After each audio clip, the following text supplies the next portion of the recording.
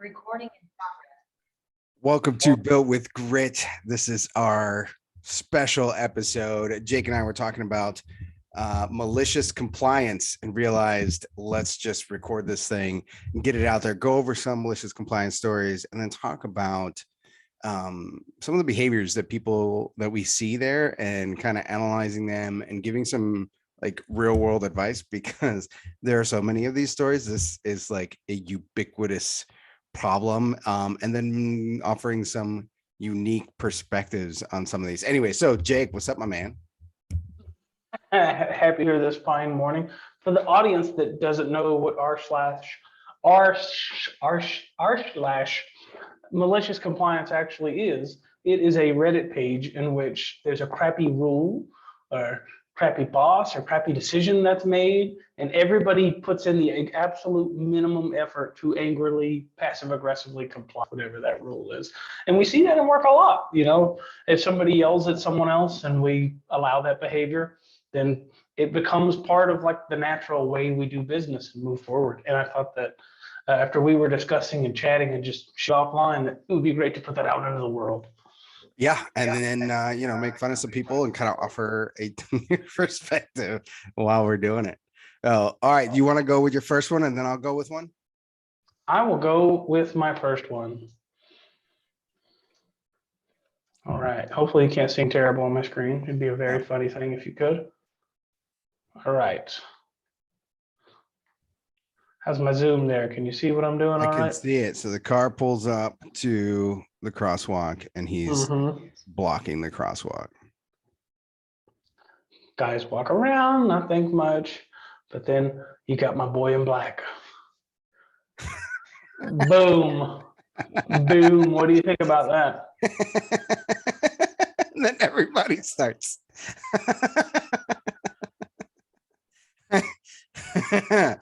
Man, gotta walk on the crosswalk.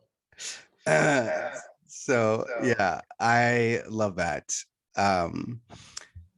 Yeah, and it's awesome to see like this very group behavior thing. You just said it, like if you allow one thing, then everybody else follows. It's interesting just having that one person that decides like to step outside and take a risk, and how everybody else follows behind it. Yeah, and it's really hard to visualize, but this is happening in your business and your organization every single day. Mostly with mundane stuff, but then items that aren't so mundane. And over a long enough time, you're constantly expanding and diverging into your own unique work environment that doesn't match anything through thousands of little interactions like this.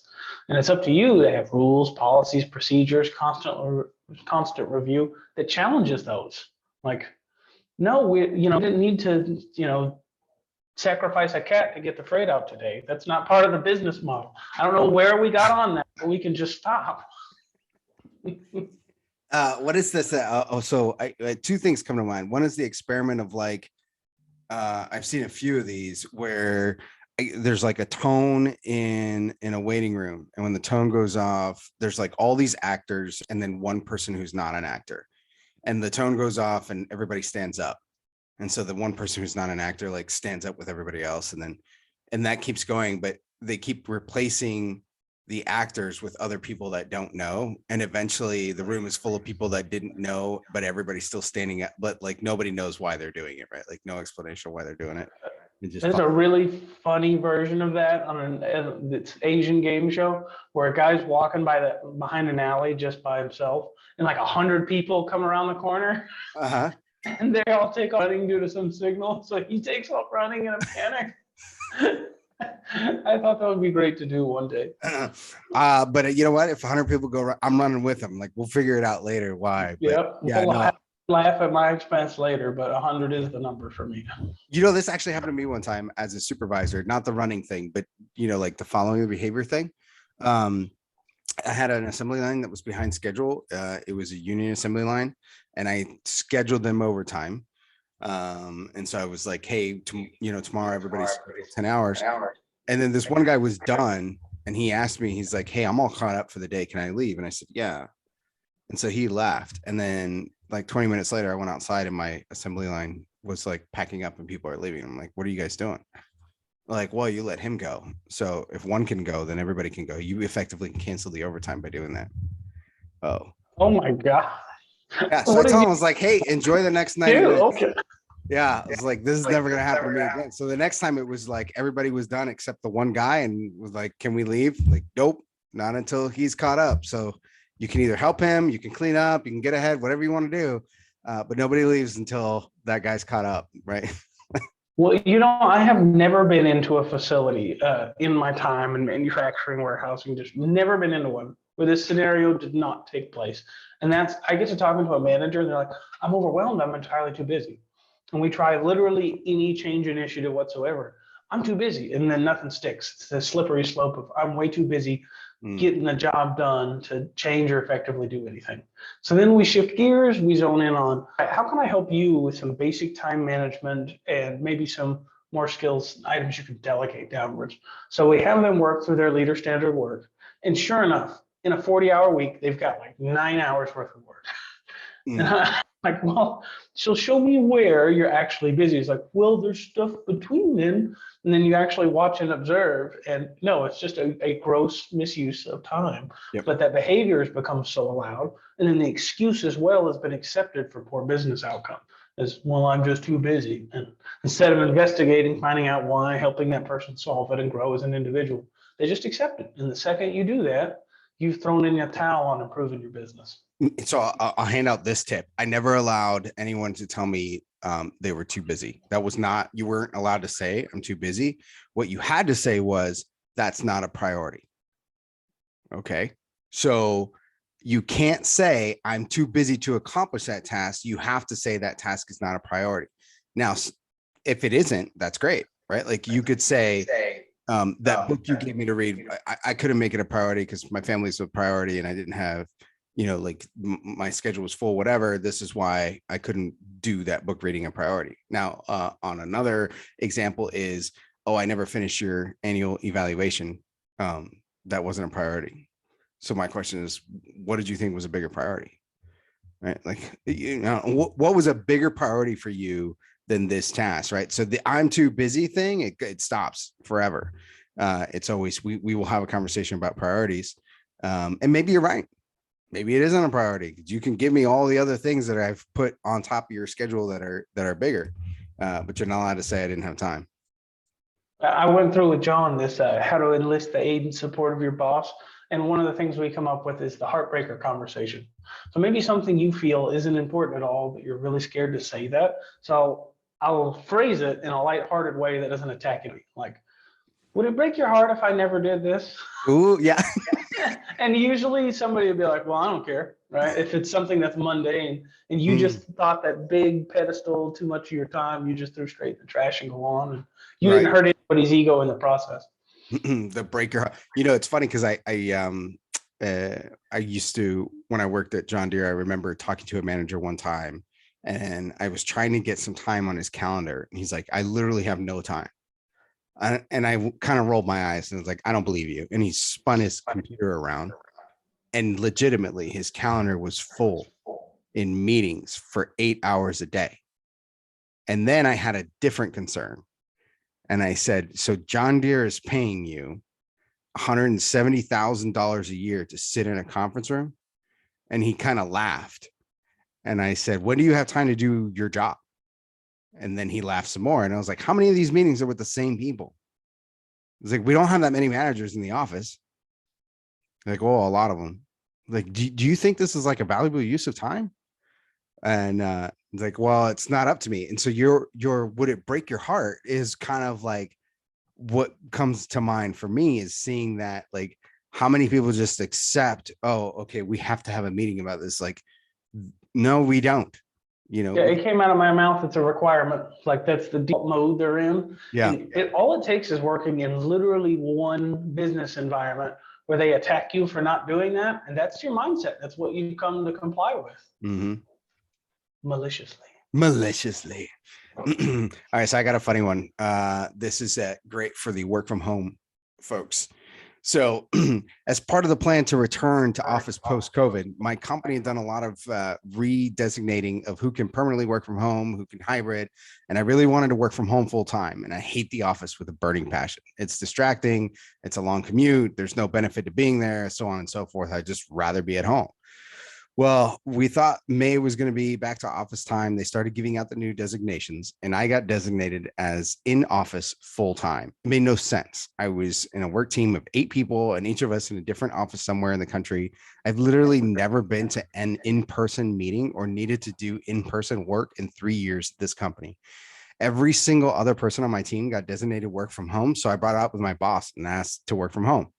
And when I started this company, I lived elsewhere and I got to work from home for 4 months before I moved in the past 14 months, whatever. So basically, this person has spent just a few months working in the office, doesn't understand like in all this time that they've been, why they have to work from home. So I'm not going to read the whole thing verbatim, but effectively the boss tells them, well, what we've seen is on chat, you go idle a whole bunch.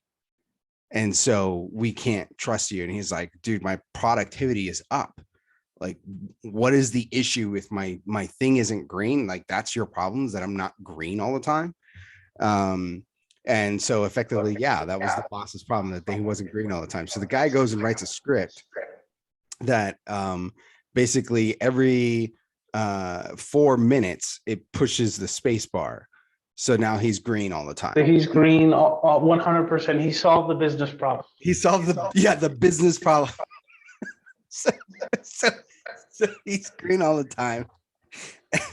And then he continues doing the exact same activities. So his behavior didn't change.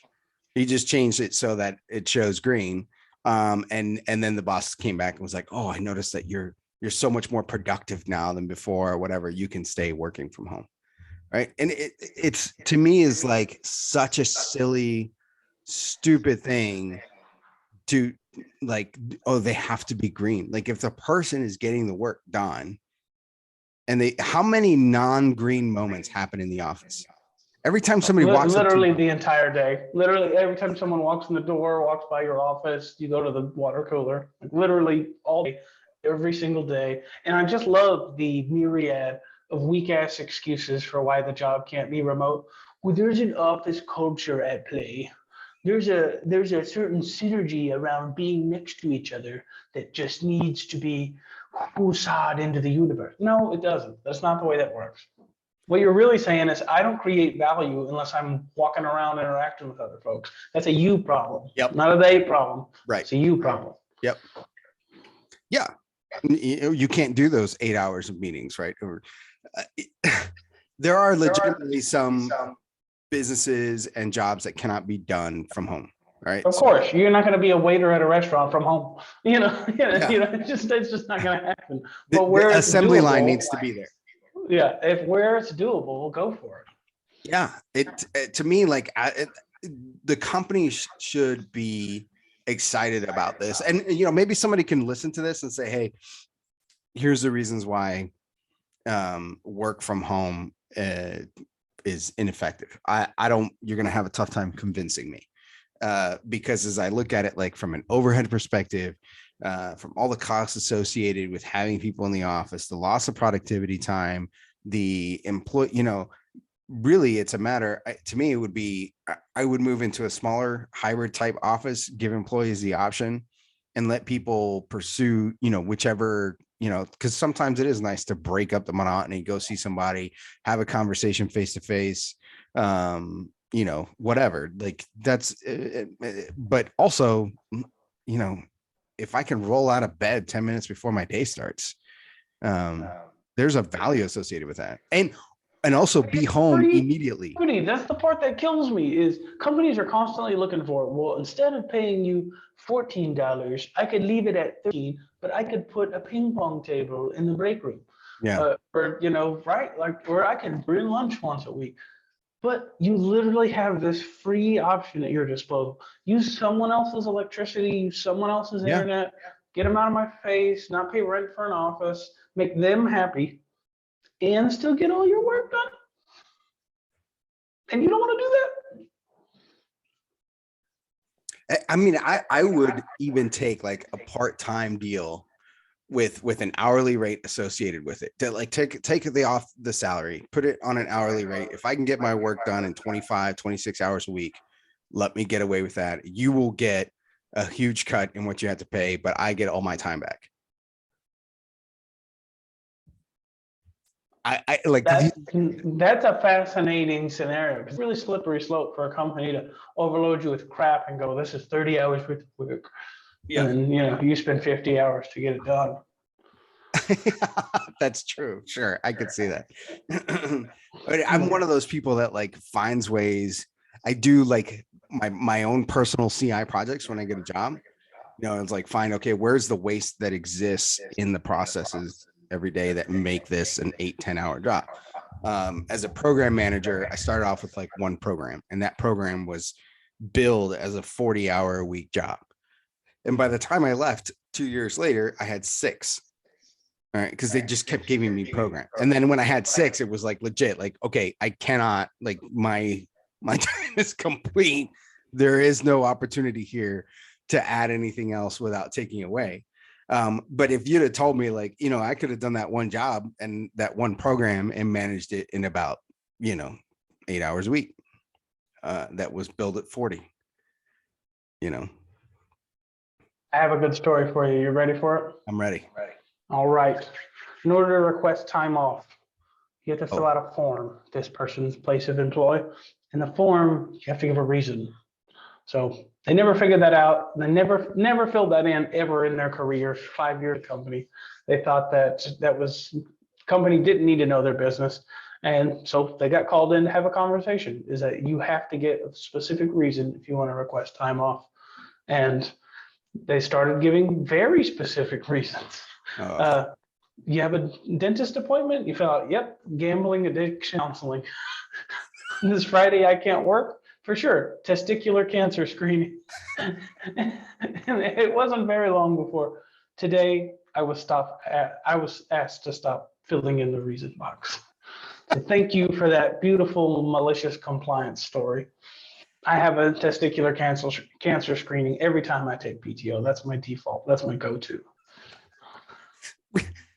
Cares? Like I used to stop employees, when people are like, hey, can I have vacation on Thursday? I need block stop.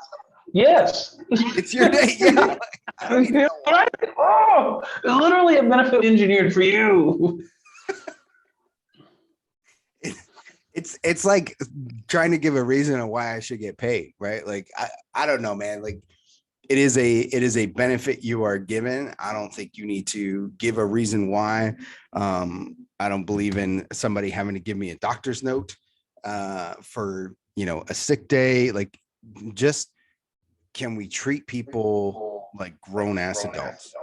Right. Like, start there. Like, the fundamental underlying problem with the business everywhere I've seen those types of problems is that you're constantly, life is a Rorschach test, right? You're constantly projecting your insecurities, your thoughts, what you think reality is out into the world. And so you're treating people like kids, like that's a you problem. And the reason why people are acting like kids is because you were treating them like that. Yep. Exactly. You take away their decision-making authority, they won't make decisions anymore. They will literally stop. Like, what is it? There's a bunch of these in malicious compliance of, I don't pay you to think. That for some reason seems to be something that managers say. And yes, you do. You absolutely 100% pay people to think. And the more you pay them, the more you're paying them to think. Yeah, I make the calculator like analogy. Let me try that a little better this morning. I make the calculator analogy all the time, and that's you go to type in a formula or something you want done. Do you want the computer to just always do what you think? That's great, that's good, whatever. But how about if it also thought about why you were putting in what you wanted and gave you what you really wanted? Like, the difference between A and B can be drastic or it can be mundane, but with a human, that's literally free. That's literally sitting there waiting to be tapped. It's an infinite pool that you could, from whatever human being you want, if you just make that environment right. So why wouldn't you? But I don't understand it. I don't understand the logic behind not giving people the ability to find new ways to solve problems. Okay, I do understand. I know why it happens. So it happens because folks are ego driven, right? So you talked about it. You said it's a you problem, it's a you problem, it's a you problem. It is. It's a problem with ego. Like, oh, I get paid all this money. I'm like the big shot, right? So, so we have an ego issue there. And then the other is that somehow in that ego mindset of I get paid more and I've got this title, that means that I also have a monopoly on good ideas. Right? Like the only Is the person. creeping essence of narcissism built into all leadership functions. Like that is the way it is. You have to actively combat it, lest you become evil in the outright spawn of Satan. I do have this copy paste of like once a week, this LinkedIn post crops back up where it's a picture of a bunch of wolves in a line on a frozen tundra. And it's like, you need to be like the wolves. The wolves have a firm leader who does this, this, and this. And I have to comment the same thing every time. One thing, boop, nope. Wolves don't have alphas. That's not a real thing. Really? They do not have alphas. They have an egalitarian structure that's mostly a mama pup, daddy pup, and its babies. The average is just a family of pups. And pups are really quick to venture out on their own the second they're able and comfortable to. So there is not that structure that exists. What they misattribute that from is a bunch of Swedish studies done 40, 50 years ago around wolves in captive environments. And in captive environments, the first thing they do is create a social structure with like a pecking order. Like I'm the wolf that eats first when they're all in the zoo and only have a limited amount of food assigned to them. So it's literally a funny, hilarious bit about leadership is that if you have a robust enough system and you're egalitarian enough in your approach, nothing requires a leader. Leaders are only a product of captive environments. So if you're in a captive environment, yes, you're going, well, here's all the reasons I'm different than you. And there's all this LinkedIn leadership, blah, blah, blah, blah, that is just, it doesn't exist. It's not real in the actual world and the fundamentals of reality. The only thing a leader should do is their absolute best to engineer themselves out of a job, right?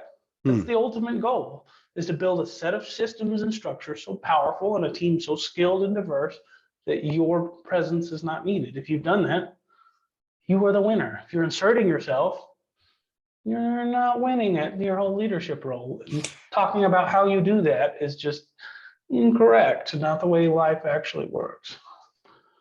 Well, that's very interesting. The folks that say, and to riff off that, I can't take vacation because the business will fail without me, right? Like, and you are already failing by definition. Exactly. Yeah.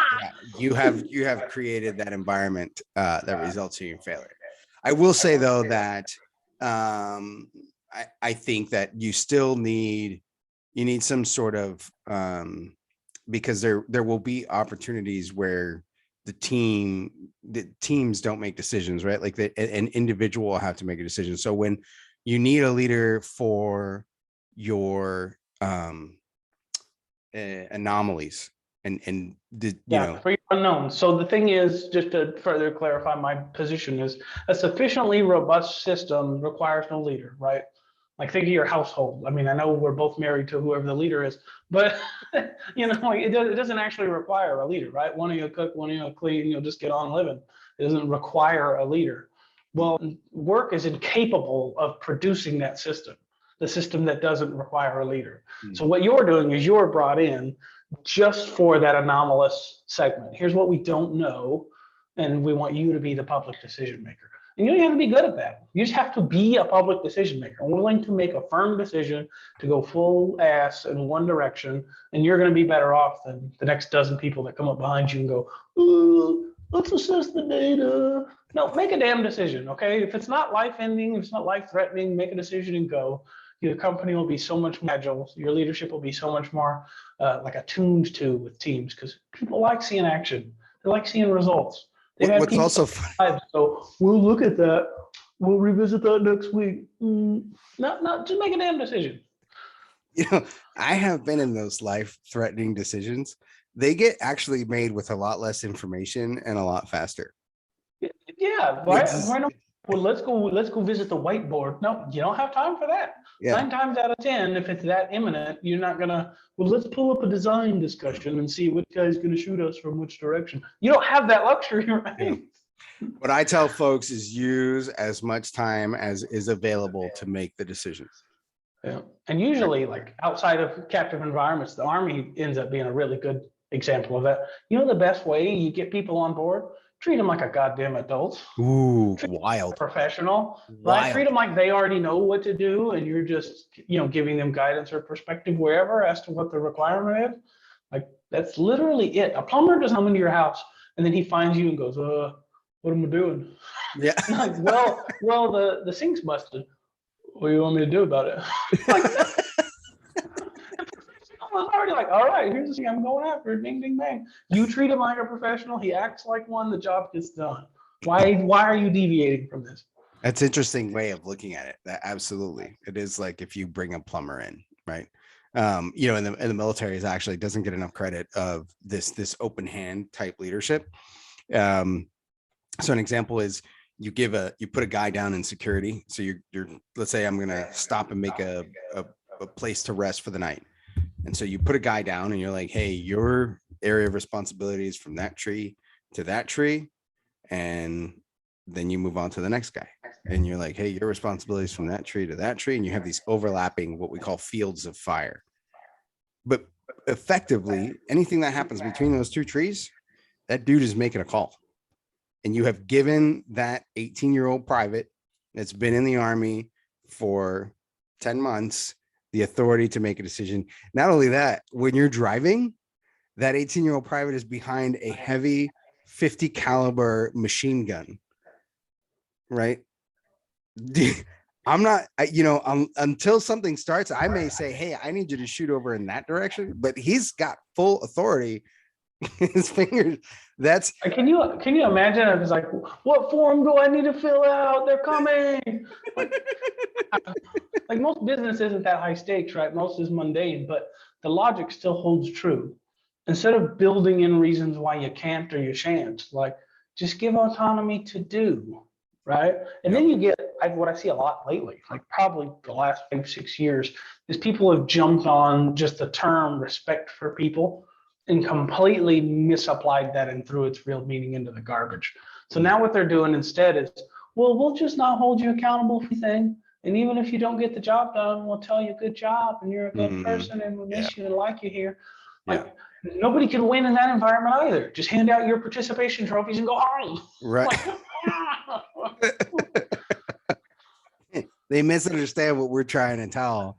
This line of like you can still have accountability and all that. It's just you're not watching them. Okay, so we need this. I need this 5-page document typed in. But I need you to type like this. You can't peck it. All right. And I need you to type it in Word. And I need a 10-point font. I want the first word to be the. Okay. Then I want you to single space, right? Like I've already given too much. Yeah. I don't know where you were going, but just listening to you, I'm like, exactly. This is what we say. Like this is the micromanager type deal.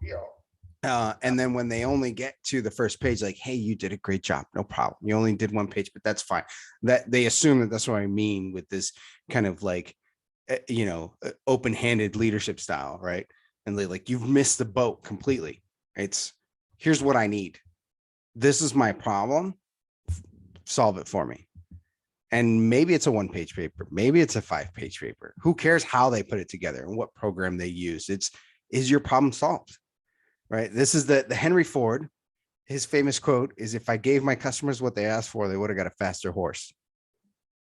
The problem wasn't that they needed a faster horse. They needed a faster way to get from A to B. So we're going to solve the problem. It wasn't even a problem. It was just I saw that opportunity in the market. Let's get real for a second. Do people need cars? No. Somebody invented a need for cars and everyone said, well, let's just start tearing up the whole earth and make it so they're required. We kind of did that one totally backwards. Like, we could have definitely had like a structure of cities that doesn't require cars. But we said, no, we got this opportunity. We're taking the whole country. I think we still can. And honestly, if I have the money for it, I will build a small town, like a 1,000 person walking village. So That's some high-minded goals there. Holy crap, you're gonna build a town? I was thinking like, why don't somebody just put one of those bullet trains like Japan has all the way from like New York to California? Just do it. Just freaking do it. Okay. And then anyone can get anywhere they want, pretty much anywhere in the country in a couple of hours. Like make that accessible to the humans. Have you been reading Atlas Shrugged? Because that's what it sounds like. Yeah, I have been. Yeah, okay.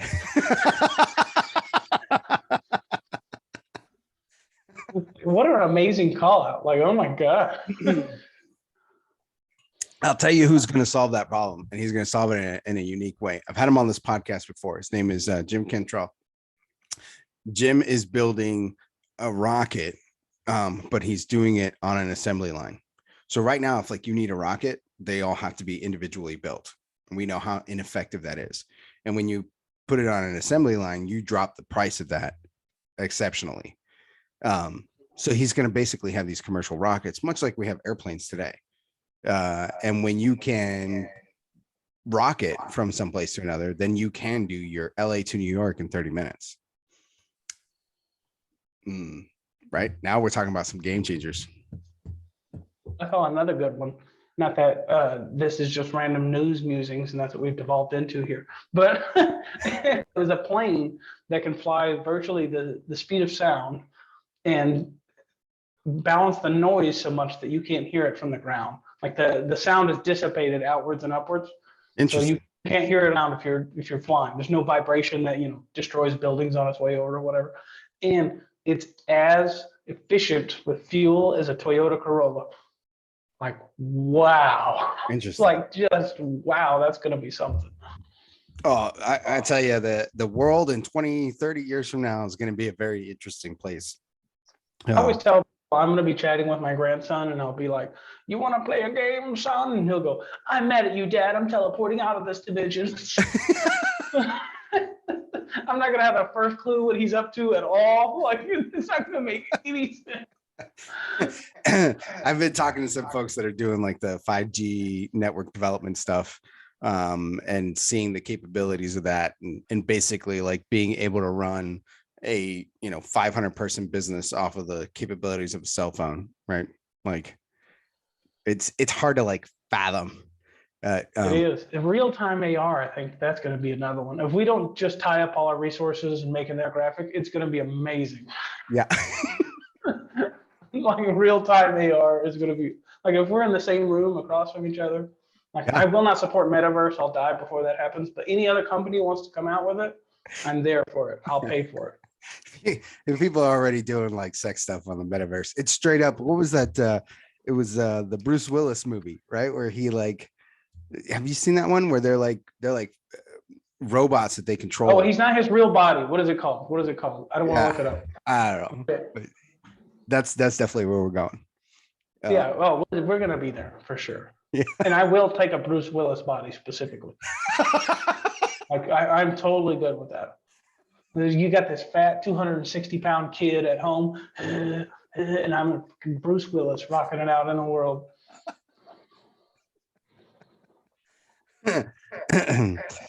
Anyway, well, that has been a fun discussion. Any other malicious compliance stories that you want to bring up? I mean, we still got a few more minutes, but yes, do I have one? This is about somebody's crappy wedding playlist, and it's a bit to read, so I'm going to go verbatim. All right. Prior to 2020, I was a wedding DJ. This is setting the background for the malicious compliance. I started DJing for friends right after college, gradually got more and more gigs through word of mouth. Like any endeavor, in the beginning, my services were priced aggressively low to get business. Also, I was willing to travel a long way, get a gig, good review, go on. A few years in, I had enough clout to be choosier. One day I got an email from a friend, former bride. She asked if I could do the same package, which included a lower price and a distance further than I liked, right? 60, 70, 80 miles away. I decided it was worth it. The weekend was open and I'd get a good review. The wedding is going fine, right? Flash to that day. Get you in the zone. Husa, you with me? You with me, Luis? With me? Yes. We're in the zone. Wedding's going fine. Asked me to play some 90s pop song, like Britney Spears. I don't recall exactly what the song is. I obliged and turn it on. Within seconds, the bride stumbles over to me and screams, "Do not play anything that asked for. The song is on my do not playlist. Stick to the playlist I gave you." And I was taken aback because a key tenet of DJing is understanding what you don't want, do want. And like she gave me a small do not playlist. The song was definitely not on it. And I normally tell couples to stick to their list, but this party needs more oomph. I'll go and do my own thing. After all, a DJ can, right? For the next hour and a half, I only played the absolute worst songs that were on her list and didn't even create a flow or put any effort into it whatsoever. Like the party totally died. And too long don't read. Bride asked me to stick to her poorly curated playlist. I do so, party dies, no review.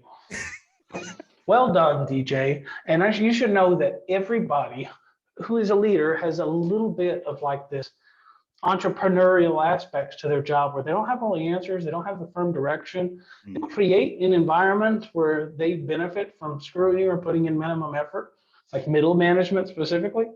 Most of the time they just comply because they don't know any different. So you're management, you have middle managers, you have people, and you don't make a lot of clarity right in the middle here. You're going to get the minimum, right? Yep. You're going to get exactly the amount of effort you put in.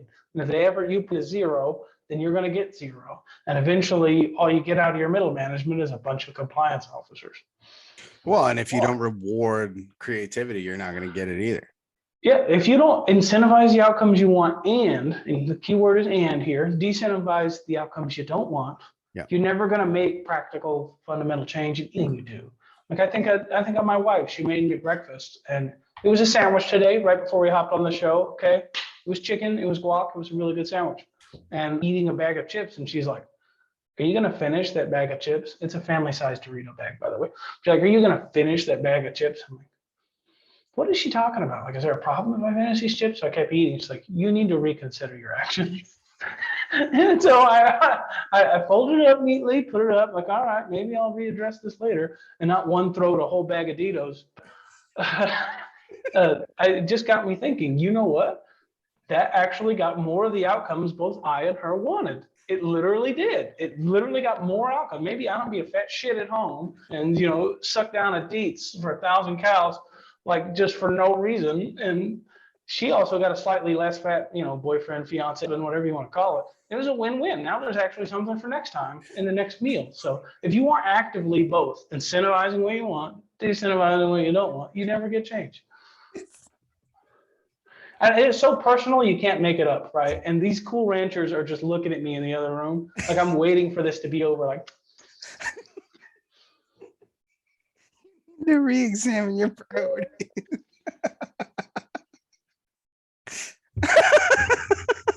I was lying, man. This is like what the fugue state of what my mind goes to naturally. And I have to actively fight it and go, think continuous. I can imagine if my wife was that blunt. Are you really gonna eat that? Well, I just think we're a nice family. And if I need to fill in and finish the family bag, right? That's why it's called a family bag, right? Now, the man of the house to fill in and do his job, eat the rest of the bag. What if the situation was reversed and you spoke in the same way? Jesus Christ, we divorced so bad. I mean, she would never do that. She's the type that she has a Hershey's bar and she folds up half of it and puts it back into the fridge. I didn't know that was an option. I really didn't know you could do that. It's one sitting, one bar.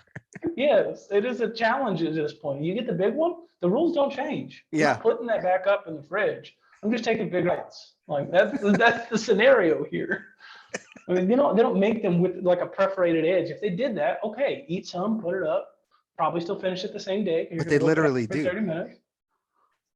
The bar is split into like 8 pieces. But it's not, the package isn't built to put away. The bar is designed to be eaten in sections. But at once. It's not designed to be put away. It does not fold over neatly with a little Ziploc top and go in the fridge. Put it in the fridge for later. No, they want you to consume that shit right now. So the next time your fat ass like me is in a grocery store, they're like, "Well, look at all this stuff at the checkout."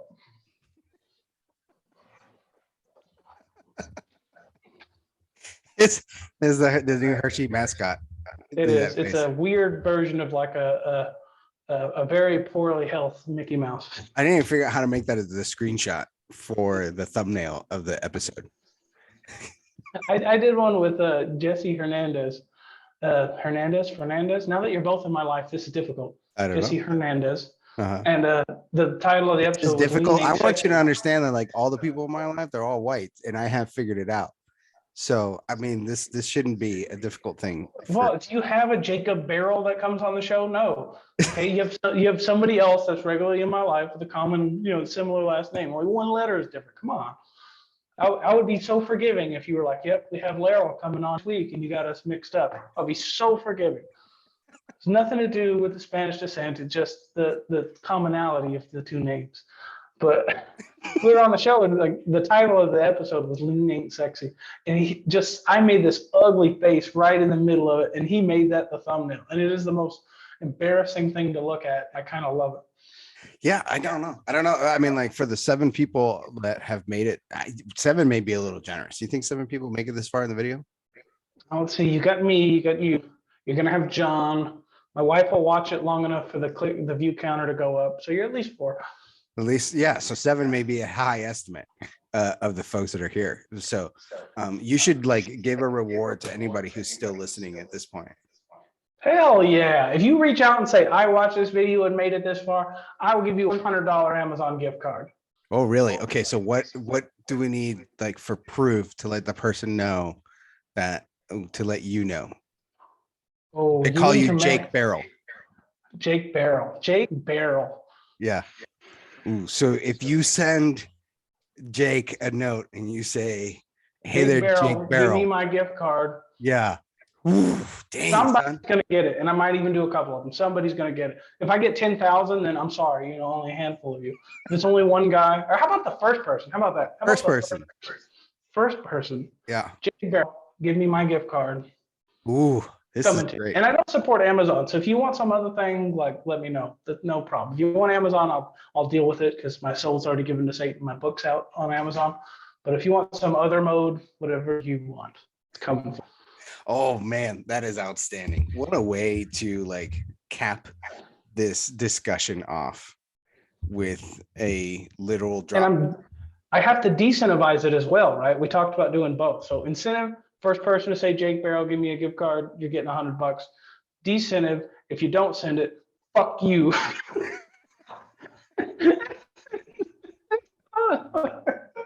Right.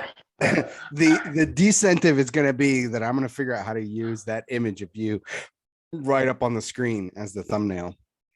And I'll put a little note like watch this video to the end or something. So, but we have to give it a few minutes here on the tail end in case somebody like fast forwards here and they get to this point and now they like click near the end of the video. I'm like, well, that wasn't very exciting. Yeah, we should do 1 full minute of goat noises. So people like skip to the end and what is going on here? So if you're listening now, you missed the reason of why you needed to wait to the end and you got to go back a ways, but I'm not going to tell you how far back you need to go. You should like kind of listen in because Jake gave us some really beautiful advice of incentivizing outcomes and decentivizing the ones that you don't want and why you should do that. There's a whole story behind it and you should go back and listen to that. And then if you listen to that, then you'll catch what the reward was, what the incentive was for watching the video. Yep. For all the folks you out there just tuning in at the very end.